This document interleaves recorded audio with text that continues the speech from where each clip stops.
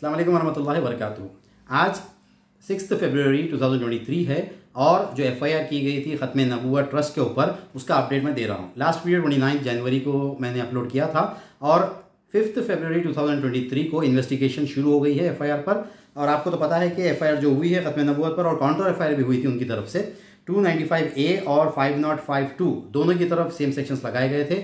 उन्होंने क्या किया, हमने तो FIR की थी क्योंकि हमारा दिल दुखा है इस बैनर की वजह से, इस पोस्टर की वजह से जो उन्होंने छापा है जिसमें मेहदी मौऊद अलैहिस्सलाम की शान में गुस्ताखी की गई है और हम मौलवियों को मुसलमान नहीं है कहकर इन्होंने ये छापा था।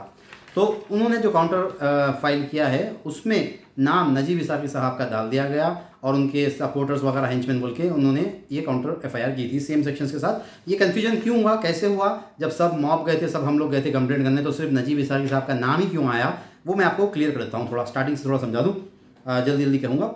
ये 21 और 22 को हाईटेक सिटी में ख़त्म नबूवत का कॉन्फ्रेंस हुआ गया था और वहाँ पर पहले जो बैनर पोस्टर्स लगाए थे इन्होंने, उसमें ये कहा गया था कि ईमान के लुटेरे बोलकर एक पोस्टर लगाया गया था जिसमें मेहदी मौऊद अलैहिस्सलाम का या मेहदी वयम का नाम नहीं था।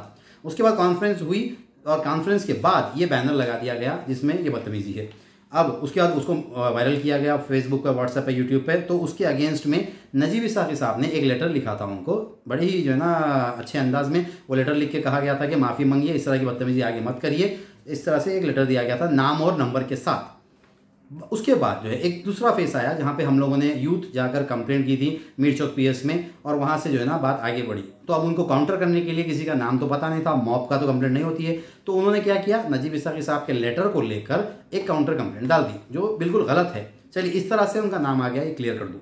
दूसरी चीज़, ये लोग जो कह रहे हैं कि वीक कंप्लेंट थी, कंप्लेंट सही नहीं की गई थी और जो है लैक ऑफ नॉलेज की वजह से लोग कहते हैं जो जिनको इंडियन कॉन्स्टिट्यूशन एग्जैक्टली पता नहीं है और लॉ उनको पता नहीं है, इसीलिए पैनिक होकर जो है ना इस तरह की बातें कर रहे थे। बिल्कुल आप लोग परेशान मत होइए, कंप्लेंट की गई है और अल्हम्दुलिल्लाह मैं इंकरेज करूँगा दूसरे लोगों को भी कंप्लेंट करने के लिए।